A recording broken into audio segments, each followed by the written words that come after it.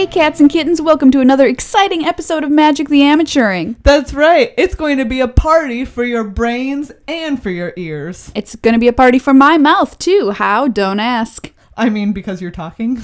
That's right. I'm having a mouth party right now. I mean, that's what I call talking. Like, mouth oh party? man, I had the best mouth party with... Nope, never mind. That sounds like something different. Never mind. All right, statement retracted. Statement retracted. Hey, I'm one of your hosts, Maria. And I'm another one of your hosts, Megan. Magic the Amateuring is a show for people who are new to Magic, veterans who are coming back to the game, and anybody who likes to have a laugh, from time to time. We're here for that. Yeah, Maria, where do those laughs come from? Because I feel like this is the first time you've ever not told us where our laughs should be coming from. Oh, sure. Your laughs can come from a variety of different places depending on what kind of laugh it is. Oh. Me personally, my laughs come from the Laugh Factory. So you just have I feel like that's like generic laughs. You're just buying cheap generic laughs? I have a Laugh Factory inside my body is what I'm trying to say. Oh, well, I have a laugh emporium, so. Whoa, that sounds like you bought old laughs and are selling them now like vintage laughs. That is what I'm doing. All of the laughs that I laugh have been laughed before by someone else. That's so weird. It's really creepy, actually, So after I creepy. said it. I would go to a vintage laugh store. Okay. End of tangent. Well. Today on the show, Megan, Yeah. is some big stuff. Oh, man. What kind of big stuff are we talking? I'm talking about some of the biggest stuff in Magic. Not creatures, because those are pretty big, but not as big as an entire tract of land. An entire tract of land. Oh, snap. Yeah, an entire tract of land. We're talking lands today on the show. Oh boy, are we talking lands. Today, I dove down the rabbit hole of the lands in Magic's history. And man, let me tell you, Magic has had a sordid history with lands. Oh, I bet. It's just, it's been with one set of lands and then it's tossed them aside for a new set of lands. And sometimes it has to, it rebounds with less nice lands. And sometimes it Story of my life. backslides.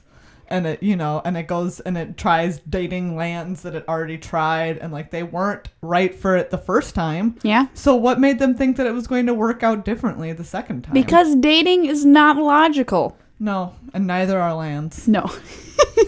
So get your flag ready. We're going to plant it in some lands today. We're going to talk old lands, new lands, blue lands, fish lands. That didn't rhyme. We're going to talk one land, two land, blue land, fish land. We're Wait, gonna no. we're gonna Red talk. land. Anyways, we're gonna talk can lands, man lands, hand lands. I'm sorry, everybody. I thought I was Dr. Seuss today, but I'm really just an imposter. I mean, not everyone can be Mr. Theodore Seuss. Geisel. Theodore Geisel. Yeah, but his middle name was Seuss. Theodore Seuss Geisel. I think. Was Seuss a family name? I have no idea. What a middle name. It might have been. It might have been one of those things where his mom's last name was Seuss. And they didn't want to just, toss it aside because that's way too patriarchal. Good point. Good Yeah. point. Before we start the show really quick, I want to point out, if you are listening to this, remember you can also watch the video cast of this episode on Tolarian Community College on YouTube. I'm watching it right now. Yes, we are watching it as it is created. It's very meta. It's very, very weird. And we're wearing our Magic the Amateuring official merch. This is official right here, everybody. You can see the top half of your shirt in this feed and the bottom half of mine, so it's perfect. It's perfect. Put it together, you get a whole shirt. Yeah, none of those Magic the Amateuring rip-off shirts here on this show. No. Official. And you can buy them on magictheamateuring.com. Just click on the little shopping cart. Boom. There you go. $25. Flat rate shipping. And you'll get yourself a shirt. Yeah, we've got a limited supply, so get over there ASAP, everybody, because I don't want you to miss out when we are sold out. They're also a reward for our $5 and $10 an episode Patreon subscribers. So if you want to do it that way, that would also be great. Sign up on patreon.com/MTAcast. Yeah, we got some sweet swag. You might also realize that Megan and I are in a strange yellow room for this episode. Please send help. Yeah, my Christmas tree is not behind us this episode. Someone Instead, stole it away. We've also got these fancy microphone arms. You guys, it's basically like we've evolved. We've had our Christmas tree privileges revoked. Yeah, now we're just talking into two robots. Someone decided that we didn't deserve it. P.S. that someone is the robot overlords. Send help, please. Just so you know, this wall is not always going to be this puke colored yellow. It's going to be painted. Oh, but when you describe it like that, I'm going to miss it so much when it's gone. And we're going to have some Magic the Amateuring art on the wall, or magic art, whatever. It's going to be better. But small steps, everybody. Small steps. For mankind. For magic kind.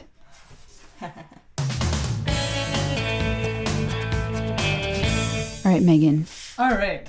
So, Maria, are you ready to go to Land University? I am. I've enrolled. Were my grades in Land High School good enough to get me into this college? Yeah, absolutely. And you did really well on your Land ACTs and SATs, which we look at both. Thank you. I wrote a really good Land essay, too. I don't know if you read that. No, we definitely did.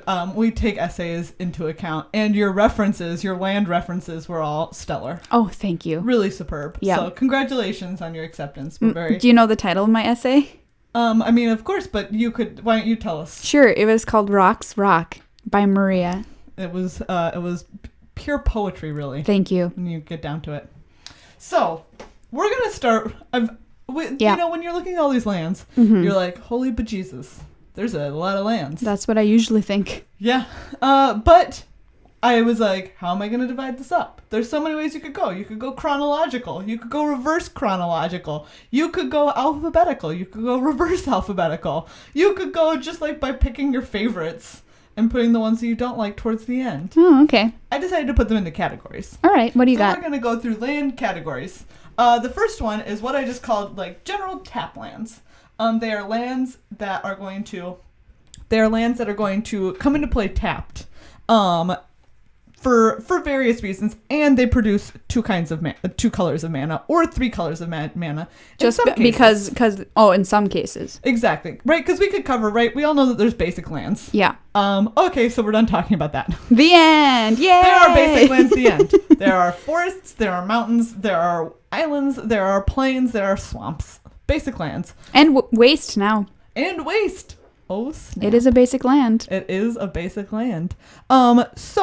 Tap lands, they tap for 2 or 3 colors. So if you remember, like in RTR, right, you had the gates, all those guild gates. That's an example of just like a regular old, old 2 color. It comes into play tapped, and then you can tap it for one of either of 2 colors. I want to make a point here. Something that a lot of veterans mention to me when they're coming back to playing Magic. They'll say something like, "So now dual lands, they come into play tapped, and they can't just."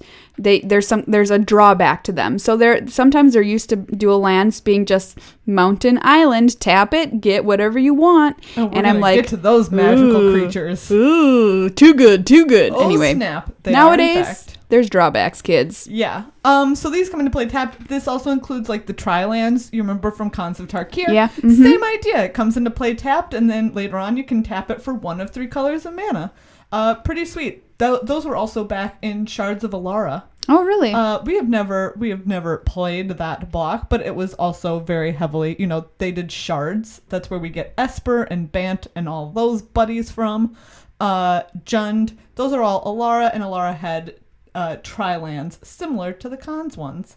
There's a couple of variations. Like if you remember in Fate Reforged, we had the ones that gain 1 life. Yeah. Same idea. It taps for one of 2 colors. It comes to play tapped. But hey, bonus. You get a life. Pretty cool. Then there were also the ones that let you scry and Theros. Scry lands. Scry lands. All of the different temples. They were all called, temples of some kind. Yeah, like Temple of Mystery. Was that one? Yeah, it totally was. That was blue-green. Yep. Temple of Enlightenment was blue-white. Yep. So different temples. You got to scry one. Pretty chill. There are the bounce lands, which we were acquainted with in Modern Masters.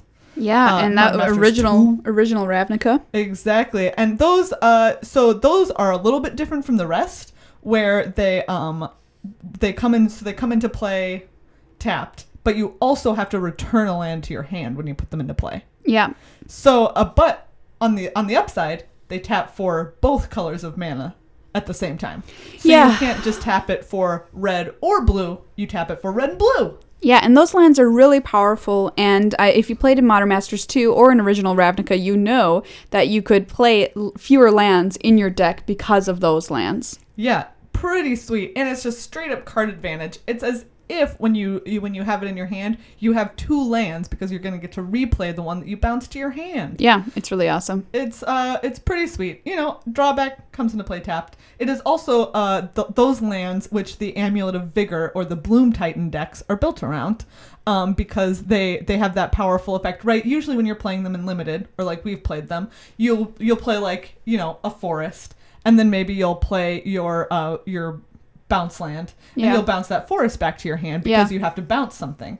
Well, you could also bounce the bounce land, but why would you do that? You haven't been able to tap it for mana. Amulet of Vigor lets you untap it, and then you tap it for 2 mana, and crazy things go down. Yeah, that deck is Craytowns. It is insane. And you kind of have to be a little crazy to play it. Yeah. In a good way. And sometimes a bad way. There's also a couple. There are ones that I noticed, like if you tapped them you could tap them for colorless, or you could tap them for one of either of the 2 colors. But when you tapped them, they didn't untap the next turn. Right. Mm-hmm. Which seems like a pretty heavy drawback. We've never played with those, but I was reading it and I was like, this seems like a scam. And that seems like a tough thing to remember. Well, I mean, if it's tapped, then you just have to leave it. But then I'm like, the first time you leave it, and then the next time you untap, it's definitely. I'm like, did I use that last turn? It's one of those things where it kind of like ups the useless complexity. Yeah. There's like good upping of complexity where you have to make complex decisions, and then there's bad complexity where you're just like, oh fuck. Yeah, that seems like, I don't know. When was that? I don't remember. I didn't write down which set that was. I just saw it hanging around. If you had to deal with that, let us know, because I want to know if that was something you forgot. Did you remember? Did you remember? Did you always remember?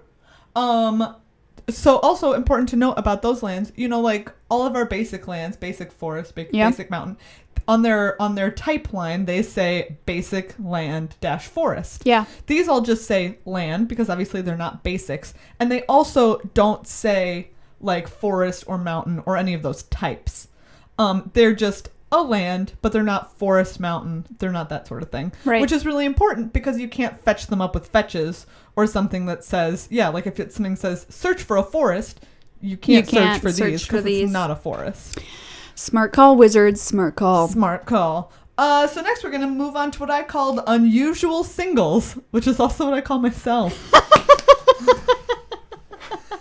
I wasn't going to say it. I mean, someone had to. Someone had to point it out. So these are lands that they only tap for 1 color. Yeah.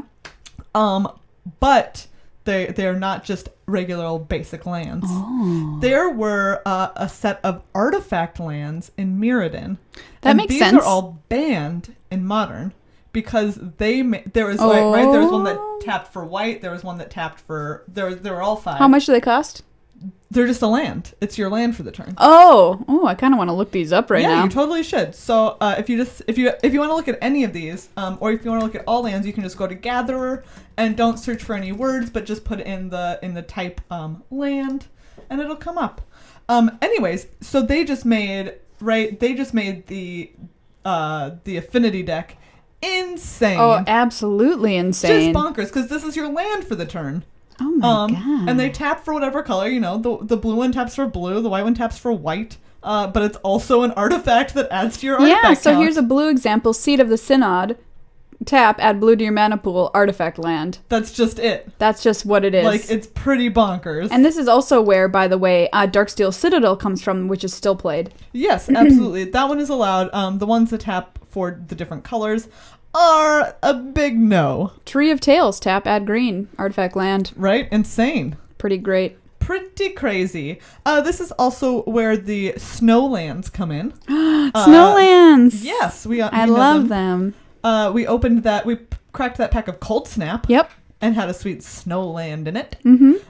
So that's pretty cool. And those, we know that the Snowlands, again, I think those are basics, actually. They're like snow basic. And then they say forest or mountain. So you can search those. And we know, snow-covered forest, land. Oh, so it's not. So you can't search it. All right, that's good to know. Yeah. Snow-covered forest. It's land. It's not a basic. And then in those sets, they enabled different cool things. Sometimes if you had to tap for if you cast something with a snow-covered land, you got a bonus. Sometimes if you control the snow-covered land, you got a bonus, that sort of thing. Did you know this fun fact? What? Effects that target non-basic lands can't target basic snow lands. Oh. Snow has no particular meaning or rules associated with it. I would beg to differ. Snow has a very particular meaning for me. I mean, for me, it means 6 months of winter. Yep. Yeah, in Limited, you couldn't add basic snowlands to your deck from outside the card pool. Which is what wastes are going to be like, which is a very relevant discussion. They said that's... at the World Magic Cup, wastes will, I believe they said, not be in the basic land slot ever, for one. Yeah, they're going to just be a common, right? And they're going to be a common, and you're not going to be able to add them from outside. Really? Yeah, you're going, if you need to play wastes or you want to play wastes for some reason, you have to draft them. Kind of like the tap land, like the tri lands and cons. Yeah, I guess so. Or any of the rare lands when you're drafting. Okay. Then we also have ones which I called like half spells, which kind of fit into the idea of like this like Skyline Cascade right now, or Looming Spires, where they come into play tapped, but they only tap for one color. But that one time when they come into play, you get some sort of sweet bonus. So, like when a creature comes into play and has some kind of thing like, when this comes into play, it deals 1 damage to target creature or player.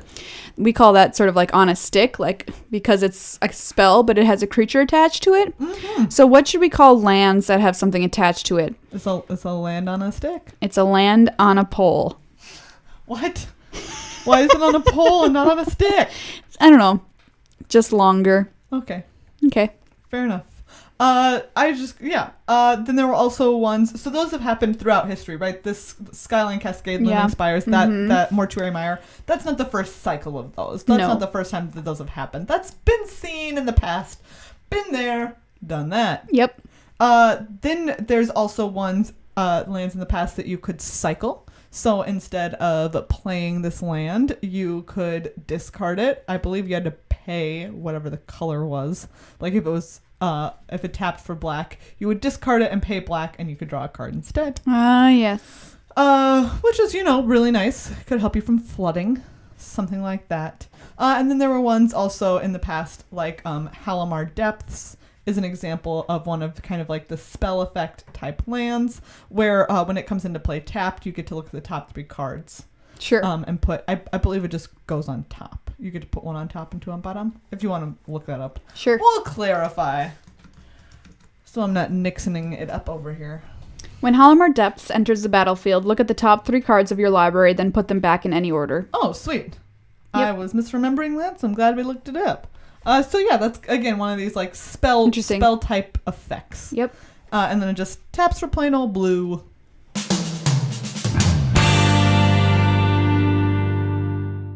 All right, Maria. What, Megan? It's time to talk about all the duels.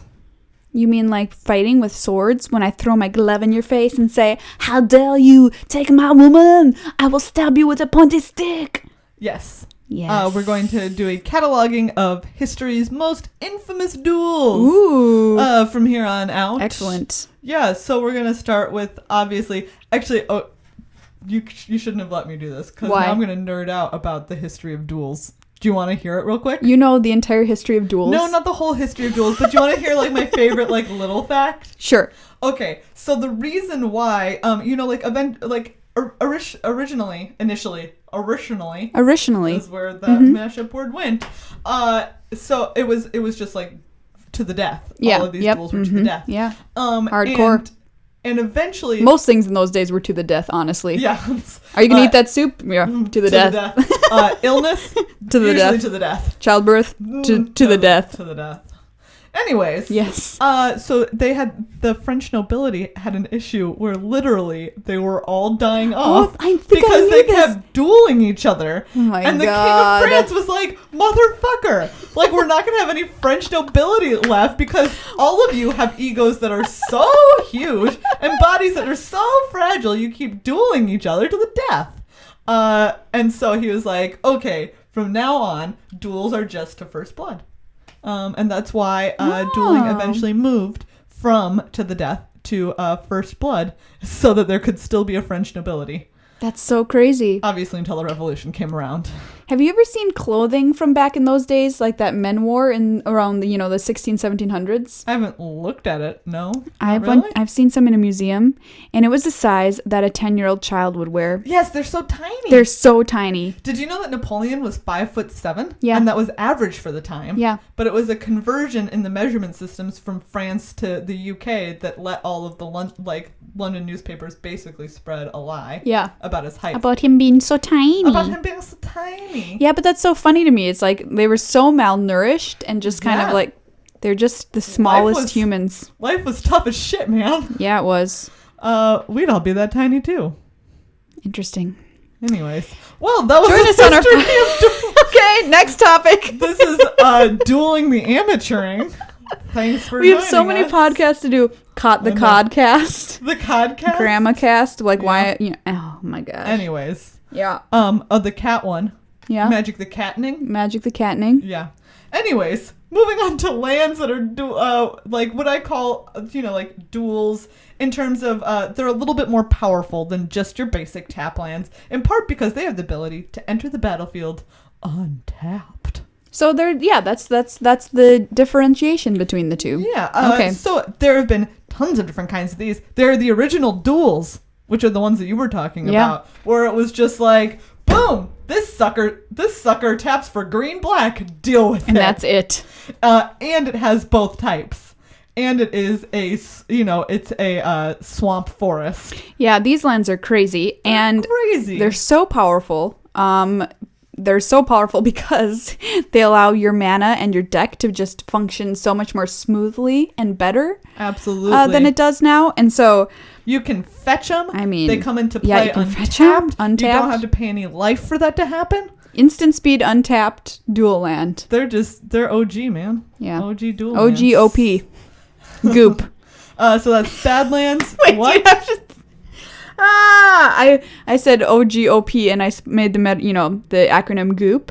But that's wrong. It would be OGUP. Doesn't work as well. OGUP. Yeah. So, those are Badlands, Bayou, Plateau, Savanna, Scrubland, Taiga, Tropical Island, Tundra, Underground Sea, and Volcanic Island. Wow. Total ballers. Maybe if you play Holiday Cube, Vintage Cube sometimes. I think some of these are in the Legacy Cube. You can still play these suckers in Legacy or Vintage, can't you? Yeah, you can. Yeah. And I'm talking about if you're playing like on Magic Online and you don't have $1 billion. That's some of these places you can Speak for yourself, Megan. I have $5 billion. Well, then why are we against this puke-colored wall? You're right. I would have already had my boys in here to paint it. You should hire people of working age. Well, put that out there. Child labor laws are real. I feel like they need to learn a trade. Okay.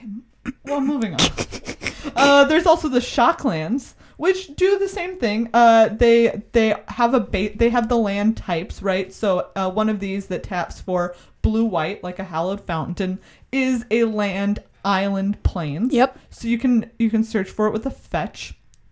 Or something like that. And we saw these in Original Ravnica and Return to Ravnica. They're called Shocklands because they come into play tapped, but you can pay 2 life to have them come into play untapped. And Shock was a card that dealt 2 damage to you, and so they're named after Shock. That's their dad's name. Not to you, to your opponent. Whatever, you get it. Yeah, their dad's name was Shock and their mom's name was Lance. Like a horse. What? You combine the parents' names to make the new name of the baby. Why do you think horses at the Kentucky Derby have the weirdest fucking names you've ever heard? I just assumed because we were out of things to name them at this point. People were like, what should we name this horse? And they're like, shit, I don't know, man. Because you could have used all of the names. We've used all of the names. Keep in mind, Shocklands were also named Shocklands because if you play in a wintry climate where the air is really dry, when you tapped them, ooh, ouch! If you're playing on some carpet, you got a nasty shock. Why were you playing on carpet? You were just being casual about it. Sure. Mm-hmm. Another set of lands like these that have the types on them, again, like Island Swamp, are the Havelands, or whatever the fuck we're calling them. Which are the lands from the current set. You mean Tango lands? Sure. Whatever. Do you know what? I'm out of it. Are people calling It's them like have-lands? racehorses. Are people calling them have-lands? Yes, you have to have two. So dumb! Your face is dumb. Tanglelands is dumb. It's like horses. We don't have anything to name them anymore. Fuck it, all the names are taken. Okay, Tanglelands is dumb. I admit that. Okay, but have-lands? I don't know. That doesn't sound like two words, have-lands. It sounds like Havelands. Havelands. It sounds like an area in Lord of the Rings. The Havelands. Oh, yes. Frodo and Samwise had some of their greatest trials. Sex in the Havelands. What did you say? Trials? Oh. Trials. Oh, Anyways, I read a different set of Lord of the Rings Well, books. I think you need to read between the lines with those two. Okay. Just saying. So these are the ones that are in the current set. Yeah. Where you have to have two basic lands already in play, and then they'll come into play untapped. Of course, you can always play them earlier than that. They'll just simply come into play tapped. Very powerful. Yep. Same thing. Very powerful. Again, you can fetch also them because you can fetch them in part. Then there are buddy lands. We saw these in Innistrad and the corresponding core set that came after that. These don't have the type, but as they're buddy lands in that. So the one that taps for blue-white, for instance, I think which is Glacial Fortress. Something like that. The one that taps for blue-white. If you have an island or a plains, then it comes into play untapped. Glacial Fortress. Sweet. Enters the battlefield tapped unless you control a plains or an island. Tap, add white or blue to your mana pool. Sweet. So those are pretty cool. You know, it's kind Yeah. of like the Havelands, except you only have to have one or the other of the other two colors. Yeah. Mm-hmm. So yeah, but not fetchable because it's not an island or a plains. It's just a land that taps for two different colors and has a potential to come into play untapped. So what do you want more, a have-land or a buddy land? You know, I think it's hard to say because it was two different environments. In Innistrad and then the core set that followed that had the buddy lands in them were directly followed by Return to Ravnica, which had shock lands. So you did have for something like modern, you did have fetchable lands, and there weren't even fetches. It's really complicated because it depends on the environment. Like in a fetch environment without shock lands, I'd rather have lands because I can fetch for them. Yeah. But in an environment without fetch lands, I would rather have the buddy lands. How about in this environment? Like this current You one, want halves? You want have lands because Okay. because you have fetches. Sure. So in order to make the best use of fetches, you would want something like the have lands. But otherwise, if you didn't have fetches, then it's like, well, I'd rather have a buddy land because I only have to have one basic for this to come into play. Man, I feel like I've never known a time when there weren't fetch lands, which I obviously have. But I didn't really know. I didn't follow standard very much then. No. Now I'm like waiting, like what's it going to be like? Are they going to continue to print fetches or so much less shuffling? I will be so happy much less when we shuffling. get those fetches right out of there because I don't want to watch that much shuffling. There's so much shuffling. Do you think I don't have arthritis? I do. I mean, I don't, but I will. I mean, probably next year if I played standard. Take my turn, shuffle. Take your turn, Shuffle. Take your turn, There's so much shuffling. It's There's like a an lot of old shuffling. soft shoe act up in here. A+ reference. Thank you.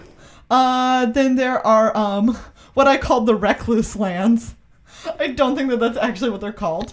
But these are again not fetchable, but they come into play untapped as long as you control two or fewer other lands. From Scars of Mirrodin? Yeah, this is from Scars of Mirrodin.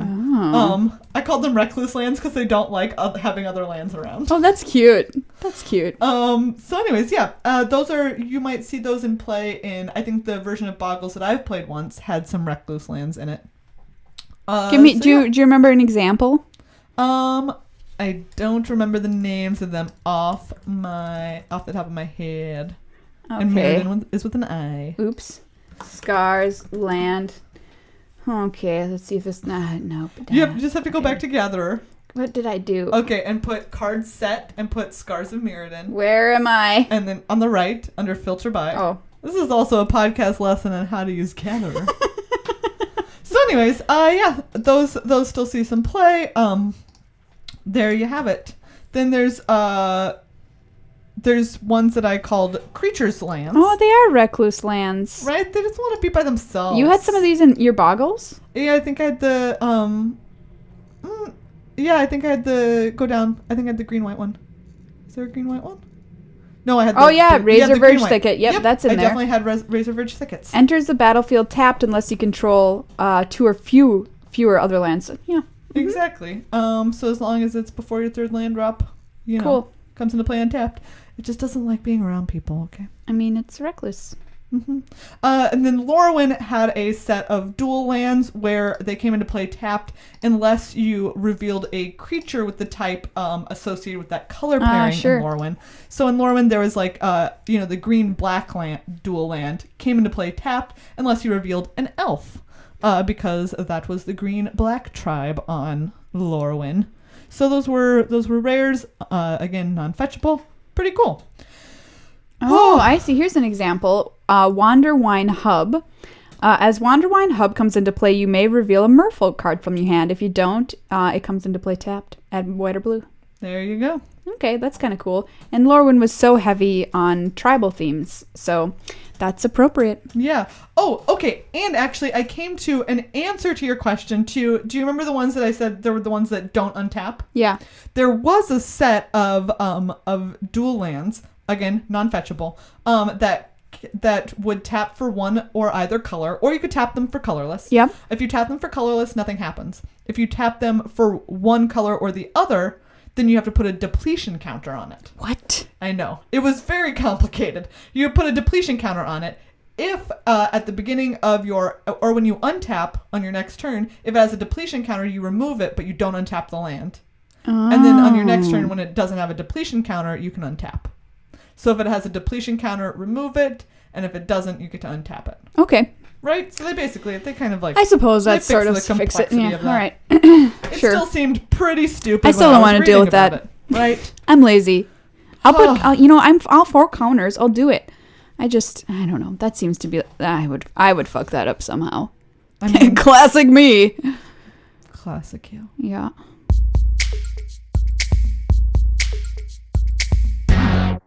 Next, we've got something that we played with in a Legendary Cube.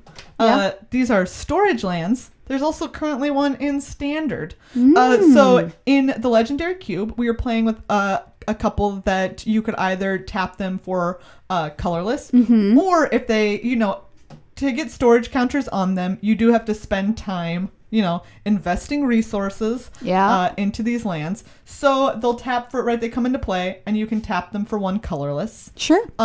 But in order to get more than that out of them, you have to pay one and tap the land, and you get to put a storage counter on it. And, this is a nice thing to do if you're not doing anything else with your turn. If you're just diddly farting around. Exactly. Maybe you get to your opponent's end step, and you're like, oh, this storage land, and I have another land on tap, so I can put a storage counter on. Right. These are pretty sweet because then later on you can tap it and remove storage counters and you get all of that mana that you've invested in it back. There are some dual versions from the past or from Legendary Cube where you can tap it for a colorless and then you can tap it and get combinations of either of the two colors that the land is. So like the blue-white one, you could tap it and get a bunch of white for all those counters. You could tap it and get a bunch of blue for all those counters. Or you could tap it and get some combination of blue and white. Right. We currently have Mage Ring Network in Standard, which is the same idea, but it's all colorless. I have a question. Yeah. Would the Vivid Lands fall into this category? I have those under a separate category. Oh. Because the Vivid Lands come into play with counters already on them. So you don't have to store. They've come pre-stored. Exactly. They're pre-stored, but they can't be refilled later. They're like a disposable water bottle. This is like... The storage lands are like an aluminum water bottle that you're being very eco-conscious and you buy it at the store. You put a little water in every day. Exactly. Until one day you just use that water. Until one day you have a full You just bottle. dump it out. Until one day you finally have a full bottle of water and you're like, fuck yes, this is what I've been working for. Thank God. Finally, I can drink something. Yes. I was about to die. And then we have something that we were talking about last week when we were talking about the lands where someone told me that they're called filter lands, where if it's the blue-white one, you pay blue or white, and you tap this land, and you can get white, blue-white, or blue-blue. Filter. Oh, that's kind of cute. Yeah, right? Because it takes, you're putting in one of the colors that you need, but it filters it into whatever two color combination you need. It's like a prism. Yeah, it's real nice, except for only 2 colors. Yeah, a very sad rainbow. And so Cascade Bluffs is an example of one of these. It's played in some of the Scape Shift lists. What did you almost say, Megan? Scape shit lists. You better clean your room or you're going to be on my Scape shit list, okay? Okay, Mom. Jace, okay? Okay. All right, don't go off playing in those rings. So those are from Eventide, Filterlands. Okay. Like Cascade Bluffs. Still played in a minority in modern decks. Then we have what we know as our fetch lands. Yeah, we're all pretty well acquainted with them. Yep. Following Khans of Tarkir, you can't tap them for any mana at all, mister. Oh no, you have to. They're basically tap just sack, fucking fakes. and yet you have to change them in for the real thing. They're posers. They're poser lands. That's what I would have called them. IOU notes. They're like a wooden nickel that you can use to get real money. Like all wooden nickels work. Yep. Yeah, so we have premium ones, which is what I called them in Zendikar and Khans, which they come into play untapped. You tap and sack, and you can go fetch, an island or a plains, sure, for example. It allows you to fetch anything with either name in its title. So if it says tap, sack, find a plains or an island and put it into play, then you can find anything that says plains or any land that says plains or island. So it allows you to fetch, again, like those original duels or the shock lands or the have lands. There were also a cycle of these, I found out, that came into play tapped. What? Yeah, there were fetch lands that came into play tapped. That seems like... But they're not the premium ones. Those. They're not the one exactly, and nobody does because there's just these better fetch lands. What? So you would never play them. Then in Alara, there were also panoramas, which allow you to fetch one of 3 colors. Oh. But only basics, which Okay. is important to note. Okay. Right. So some of these, if it says basic, like Evolving Wilds, yeah, you only get to find a basic land. In that sure. case, you couldn't go find a shock land because even though it says, island swamp on it, it's not a basic land. Yeah. So you can't do that. And then let's see, I had another one called Croson Verge. Look that up. My brain is blanking. Okay. I don't remember why I wrote that down. How is it spelled? Crow. Yeah. So the Alara ones, the panoramas, like that. Croson. Oh, okay. The Alara ones only let you fetch for basics, but one of any of the 3 colors in that one. Croson Verge enters the battlefield tapped. Tap, add 1 colorless to your mana pool, 2 colorless, tap, sacrifice it, search your library for a forest card and a plains card, and put them onto the battlefield tapped, then shuffle your library. So there you go. Same thing, except it lets you get 1 of each. Wow. But it comes into play tapped, and you do have to pay mana to activate that ability. But in the meantime, it taps for colorless. So yeah, I found that was another. That seems pretty good, type. that land there. I believe it was also available in the Legendary Cube as something that you could draft. Yeah. So crazy, right? Cool. I didn't even know that there were all these types of fetch lands. I didn't know there were all these types of lands, period. And I think when people say fetch lands, they typically mean the ones that were in original Zendikar and the ones that we've had in Khans. They mean, like the premium, the primo, the A+ stuff. The cream of the fetch crop. Exactly. All right. Next, we're going to move on to pain lands. We've had these before. We had them in the last 2 core sets in Origins and M15. They come into play untapped, and they let you tap for a colorless, or you can tap for one of either of their 2 colors, but it deals you damage. Yeah, as a Rakdos player, I accept. You're like, okay, give me that sweet red mana. I don't care what you take from me in return. Yeah, I like pain, as a Rakdos player. Yeah. Actually, side note, somebody asked us on Twitter, they're like, hey, do you guys feel that your color associations that you most identify with, Rakdos for me, Azorius for you, represents you in life? And I'm like, oh, great question. And I've often wondered that. Do you think I'm a very Rakdos person, Megan? No. No, you're super not. I'm not Rakdos whatsoever. No, not at all. Which is really funny. Like, why am I bringing that? Why is my Rakdos side being brought out on the battlefield? I have no idea. I don't know either. Do you think that I'm blue? Yeah. Yeah, I agree. Yeah, I'm no pretty question. I feel like you're kind of like, you're like Bantish. You think? Yeah. Explain. I feel like Bant is like pretty, like you're like pretty calm. Yeah. Yeah. Bant to me is like fairly tranquil. I am a tranquil human because I found that not being one means that things are much harder. I'm a trained human. I take tranquilizers.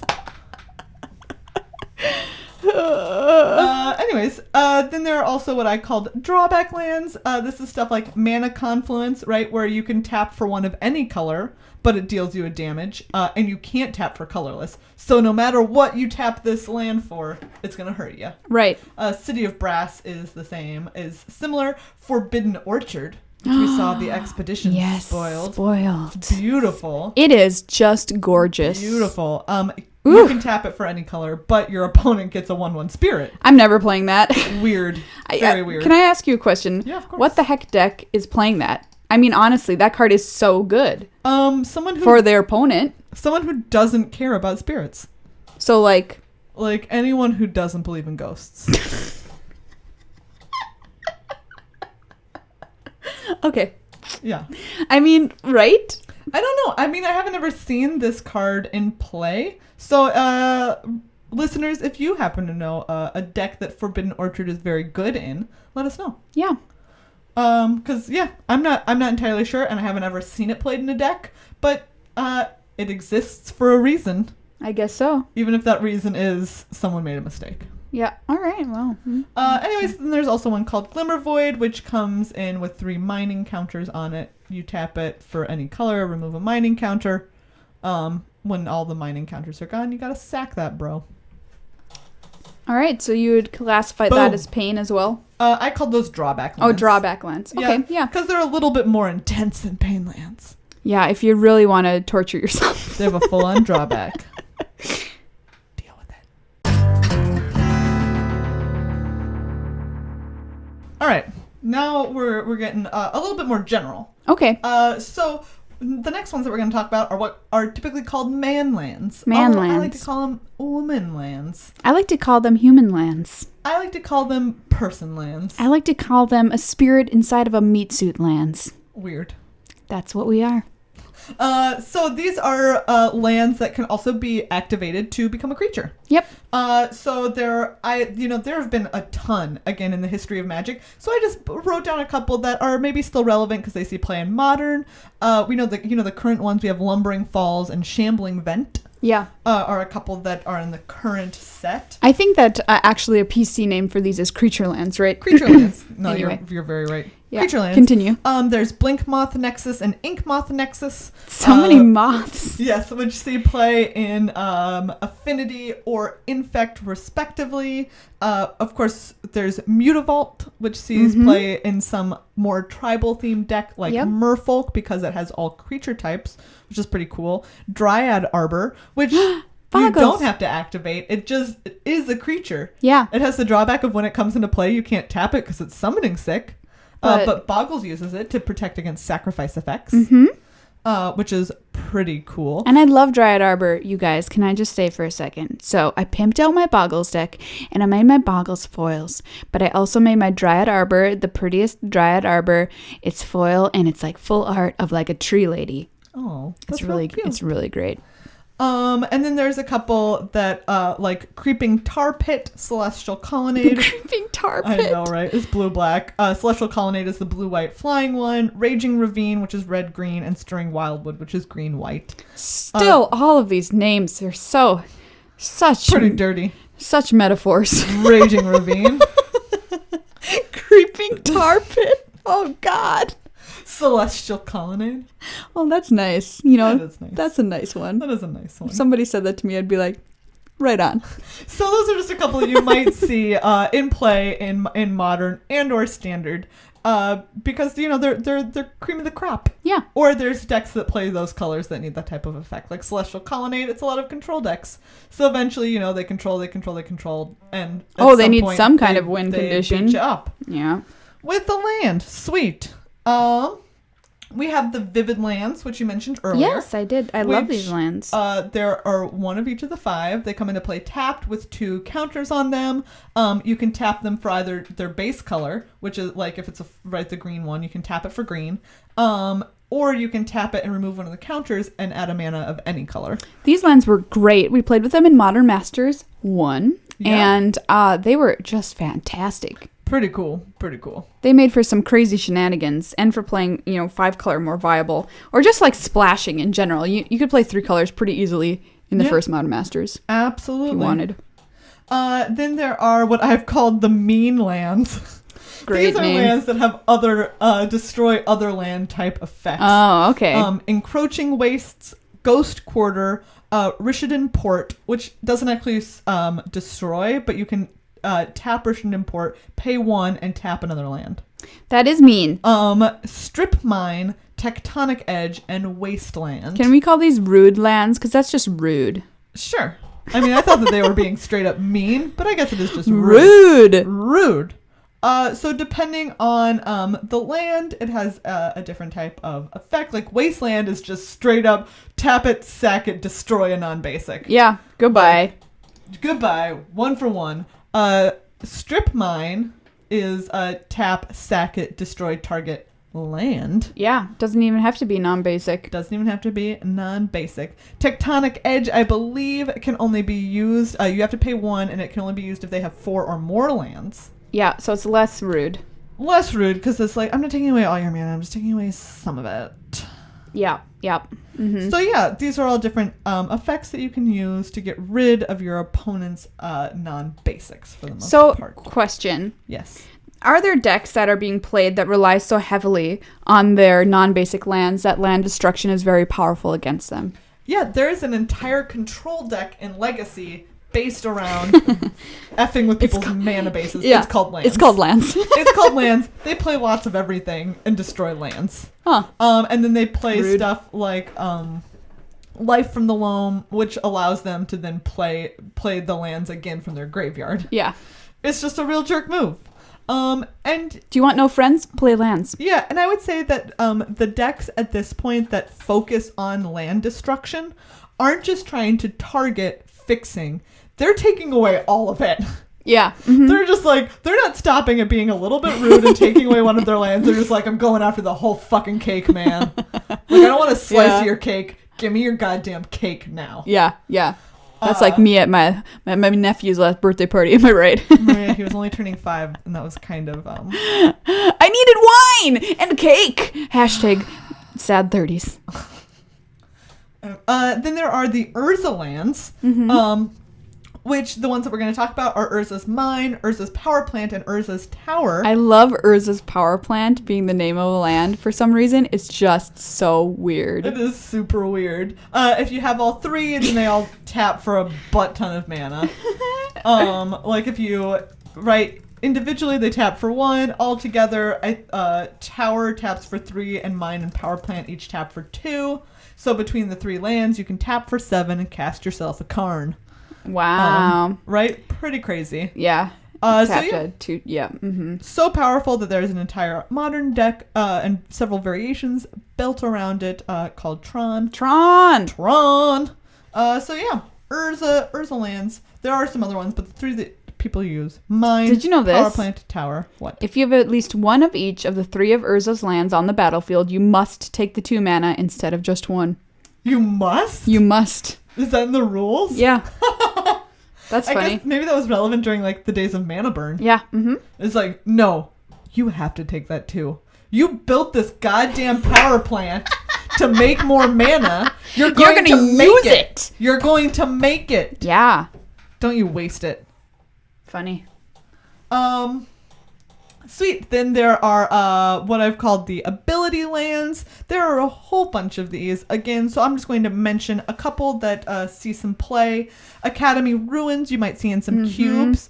1 in a blue, and you can put an artifact from your graveyard on top of your deck. So obviously great in artifacts based strategies and cubes. Boseiju, who shelters all, allows you to make a mana and pay 2 life with it, and if you cast a spell with that, it can't be countered.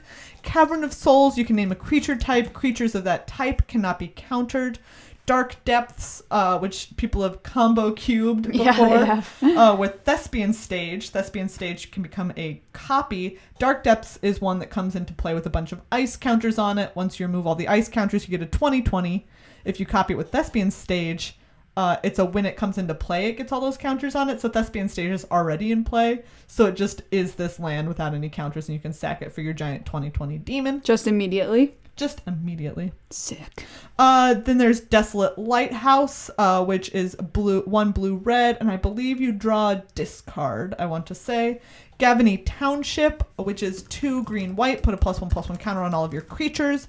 Kessig Wolf Run, which was I want to say like X green-red, give creatures +X/+O and trample. These are all different ones. Gavany Township and Wolf Run, and Kessig Wolf Run are both from Innistrad. Kessig Wolf Run gives some creatures +X/+0, gaining trample until end of turn. There you go, target creature. So I mentioned those again because you might see them in play in Modern, depending. Like Gavany Township used to be big in the pod decks. Desolate Lighthouse, some blue-red twin plays it. Sometimes Kessig Wolf Run did have a place in Standard. Then there's Slayer's Stronghold and Sunhome, which are in the Amulet deck and do various good things for your Titans. Caracas, which allows you to bounce a legendary creature. Those are just a couple of examples of ability lands. I'm looking at Kessig Wolf Run right now. Yeah. Man, it's a mythic. Yeah. And I think it's really fun when lands are mythic rare and they don't suck. Yeah. That's my caveat. They cannot suck for limited. I think they're really fun. I think that's fun to play with a mythic rare land. Like I said, standard playable. Cool. So there you go. Pretty cool. And again, so many ability lands, Maria. A mountain of ability lands. Oh yeah, there's probably a million. A trillion. So anyways, those are a couple that you might see around. Cool. Then we have what I call the baller lands.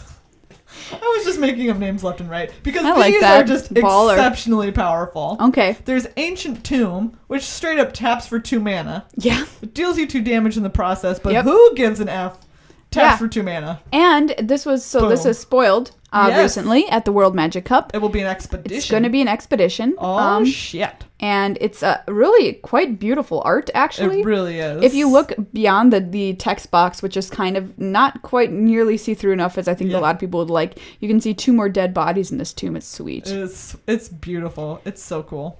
Yeah, tap, add, waste to your mana pool. Or colorless. Right. This answers some of the questions which we had talked about on the podcast before when we were speculating about waste mana or the new colorless mana.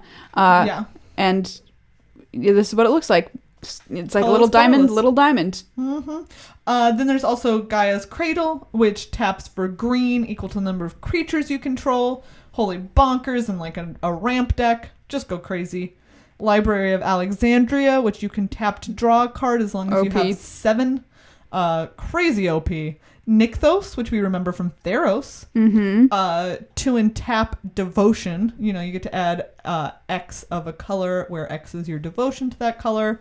Tolarian Academy, tap for blue equal to the number of artifacts you control. And Vesuva, which comes into play as a copy. Tolarian Academy, notable because we are members of Tolarian Community College. Exactly. Which the Academy is, a little bougie for us, but... Yeah, we're just at the community college. Exactly. Come on, we don't have the dreams of grandeur. We want to be here.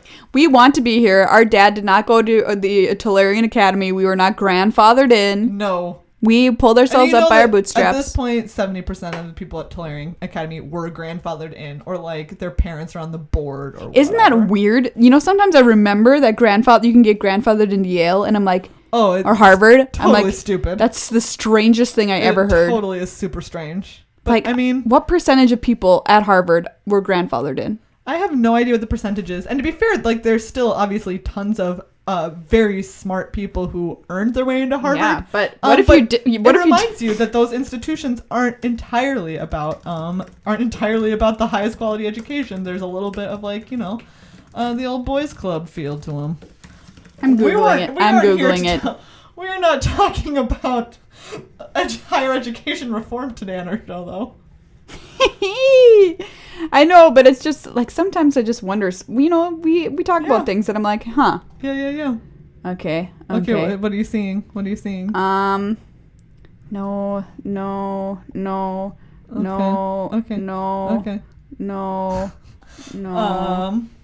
Somebody figure this out for us. All right. Hashtag MtA Google. Yeah. Okay, wait. We're almost to the last part. We're so close, Maria. Okay, all right. Hit me. This is I saved what I thought was one of the coolest ones for last. Ooh, all right. These are the future sight rare lands. And there are 5 of them, but because it's future sight, it's not a normal set, right? They're kind of like, oh, these are cards from the future.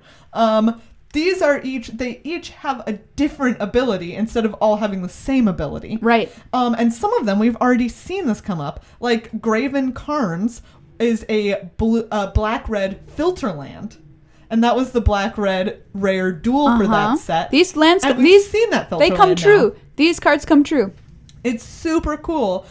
Grove of the Burn Willows is kind of like a pain land, except instead of dealing a damage to you, your opponent gains a life. Cool. Right? Pretty cool. And that's a green-red. Horizon Canopy taps for green or white, or you can pay 1, tap and sack it to draw a card. Yeah, and that's in Boggles. Yeah, and it's a very powerful effect. And then there is River of Tears, which taps to add blue, unless you played a land that turn, in which case it taps to add black. That's amazing. Isn't that super crazy? I love that. Right? It's very bizarre. Like, it's a very strange effect. And then there's Nimbus Maze, which if you can look it up, I actually don't remember on the top of my head.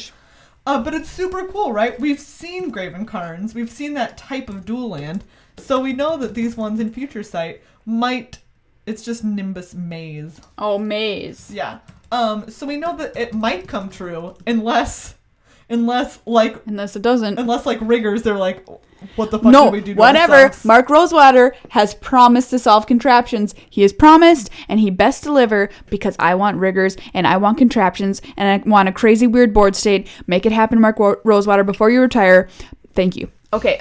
So Nimbus Maze, tap, add 1 colorless. Tap, add white to your mana pool. Play this ability only if you control an island. Tap, add blue to your mana pool. Play this ability only if you control a plains. Sweet. There you have it. That was the 5th rare dual land in Future Sight. So maybe stuff to look forward to. Yeah. Like the gain a life, or you can tap, or you can pay 1 and sack it to draw a card, or something like this. Or contraptions, Megan. I'm looking at you, Mark. Do you see this? Do you see me staring into your soul? Yeah. Make it happen. Okay. That was a threat. A threat of I don't know, a hug. I'll give you a really long, awkward hug unless you make this happen. I mean, don't scare them. Yeah, okay, so the last thing I want you to search is Emeria, the Sky Ruin. Emeria. Because as I was looking at lands, this came up. So you know our friend Emeria Shepherd? Yeah. 5 white. Landfall, if it's a plains, return a creature from your graveyard to the battlefield. If it's a different land, return a creature from your graveyard to your hand. Right. Now, that's current. This one is from original Zendikar. Emeria, the Sky Ruin, enters the battlefield tapped. At the beginning of your upkeep, if you control 7 or more plains, you may return target creature card from your graveyard to the battlefield. Tap, add white to your mana pool. How awesome is that? Cool. I just looked at it and I was like, oh, hey, this is exactly Emeria Shepherd. Yeah, that's really cool. Wow, they have really bridged the gap. Anyways, there you go. Then there's also 2 weird locust lands, Cloud Post and Glimmer Post. 1 gains you life, equal to the number of locusts you control. 1 taps for mana, equal to the number of locusts you control. What's a locust? They are locusts. Loci. Lokis. Were there creatures that were locusts? No, they're locust. Look, it's a land-locust. But nothing else is a locust, is what I'm asking. I don't believe so. Locusts. These are all locust when I search that. Okay. All right. Ooh, look at this. Omnath, Locus of Rage. That card is from right the now. Current one. But he's not a locust himself. No, he's not a locust, but his name is Locust of Rage. That's very interesting. Anyways. Huh. So, Maria. There was a locust in our midst. It's been a wild ride. What? This land ride. Oh, yeah. This has been a long... It's been a veritable safari. Land safari. Yeah. Mm-hmm. We didn't even talk about all of them. I figured we only talked about half. That's okay. You did great, Megan. Thank you. We're like, we're explorers. We're going across the country. We're charting the lands as we go. We're Lewis and Clarking it. We're not saying we discovered it because we all know it was there already. You're strapped to my back, and we're going out. I'm wearing you like you're on my little backpack, and we're going on our journey. You're being Dora? That's different from Lewis and Clark. She explores. No, you're right. I'm just saying. Well, everybody, I hope your feet aren't too sore from traveling over a bunch of lands with us this episode. And if they are, just take a nice Epsom salt soak. Yep. If not, got Dr. Scholes will help you out. Yeah. So, yeah, we learned a lot today. That was a lot of knowledge to cram into our head cavity. I'm sorry I dropped all that knowledge on you. If you're trapped and can't get up. Under all that knowledge! Call for help. Yeah, so I just wanted to let you guys know that also what some exciting stuff happened. We talked about lands this episode, but there was the World Magic Cup this past weekend, and it was pretty great. Very exciting. One of the biggest Magic events. Yeah. Countries competing against each other. If you didn't check it out, you can watch replays on Magic's YouTube channel. Great stuff. Congratulations to Italy. They were the reigning champs. Congrats. Congrats. In the finals they played against Thailand. Yep. Pretty sweet. Something that was interesting to me is the fact that Scotland made the top 8 of the World Magic Cup, which was really cool to see. And they wore kilts when they arrived on the first day. Oh, yeah. Isn't that adorable? That's adorable. Some teams had like team outfits that they wore for their picture. The Guatemalan team. The Guatemalan team was so awesome. I loved it. So yeah. Austria and France rounded out the top 4. Congrats to everyone who played in the World Magic Cup. Super cool. Great event. So much fun to watch. So if you didn't get a chance to catch it, you can go check it out in the archives on twitch.tv/magic. They play a very interesting combination of games, including limited and also unified standard, which is different than normal standard. Yes, it's 4 copies of a card across all of the decks. Players. Yeah, so that's very interesting. Some unique decks, including a teamer deck involving Bounding Krasis. Oh, yeah. Some people called it Rebounding Krasis, am I right? So that was really cool to see. Like, it spiced it up a little bit, you know? Like, I want to see new decks. And I'm wondering, are people going to be like, hey, maybe I should play this in actual standard ? I don't know. I mean, definitely. It's worth trying out, man. I want to find out. Something else that happened was there was a big spoiler that happened. So a lot of cards from Oath of the Gatewatch, and including the new Innistrad, Shadows of Innistrad, were spoiled before their time. The ones from Shadows, I think, were just going like ones that will be in dual decks potentially. Okay. So yeah, this happened. It was not planned by Wizards. So somebody's getting in trouble. But if you're interested in this sort of thing, a lot of the lands are spoiled and some of the mythics. You can go and check it out on Reddit is where you can see it. Or if you don't want to see it, we're not going to tell you what they are here because we totally respect if you're like, it's too early for spoilers. I can't handle it. I know, because spoiler season is one of my personal favorite things about Magic is like waking up every morning and seeing what the new spoilers were. Smelling the spoilers in the air. Yep. And so, we're not going to do that to you. We're just going to talk about stuff that has been officially spoiled when it comes out. But if you want to seek this out, you can go and find out for yourselves what's happened. Some pretty spicy stuff. That's all I'll say. Pretty spicy. Because I have no, what's the word? I don't know. Restraint. And I looked at it. Yeah. Bad, Maria. Do you guys want to see my bruise? Yeah, show it. Okay. It's really This is an incentive if you only listen to the podcast. Don't live in Minnesota. Check that out. This is an incentive to not live in Minnesota because Maria slipped and fell down her stairs. Yeah, I did. All right. So there you go. Thanks for listening to this episode, everyone. It was great to learn all of this. Remember, you can find us on iTunes, magictheamateuring.com, also on Tolarian Community College on YouTube. All our podcasts are now video, so you can see our faces. Get that sweet footage only at Tolarian Community College YouTube channel. That's right. And follow us on Twitter at MtA Cast. And remember, you can buy these sweet-ass shirts. Women's and men's availables. We got so many men's mediums, you guys. If you're a man who is a medium, get in there because we've got the most of that somehow. If you're a medium man who knows other medium-sized men, just go ahead and get them for all you guys. All you guys. If you're a lady, keep in mind they do run a little small. Megan's wearing a small. I'm wearing a large. If you need any kind of comparison for what size you might want to wear. I usually wear a medium, but yeah, this large is much more comfortable. So there you go. Check it out. We're really excited about it. As we said before, you can also get these by becoming a patron on Patreon. Right now, Patreon has done something which I should probably update you all about in case you go to the website. We are doing Magic the Prothering. Yes. Our next episode will be out soon, and we did that because we reached a $300 reward level on Patreon per episode. And now on Patreon, instead of showing what people are donating, it's showing the total amount minus Patreon fees, minus PayPal fees, minus declined pledges from the month before. So right now we're at something like $250 or something like that. Oh. So I would, I'm just kind of like, hey, everybody, let's try and get us back up to actual 300 if we can. Yeah. If this show is of value to you every week, if it is something you enjoy listening to, please consider donating. We would love to have you on board, and you'll get some sweet rewards, too. Yeah. So that's my little spiel. That's our episode. You find us online. I am Ice Cream Socialist. And I'm horny_unicorny. If you have a siege rhino, tear it to pieces. No, Megan, don't, because they want to send it to you. She's still working on that P.O. box, you guys. You better send her so many reminder emails. Okay.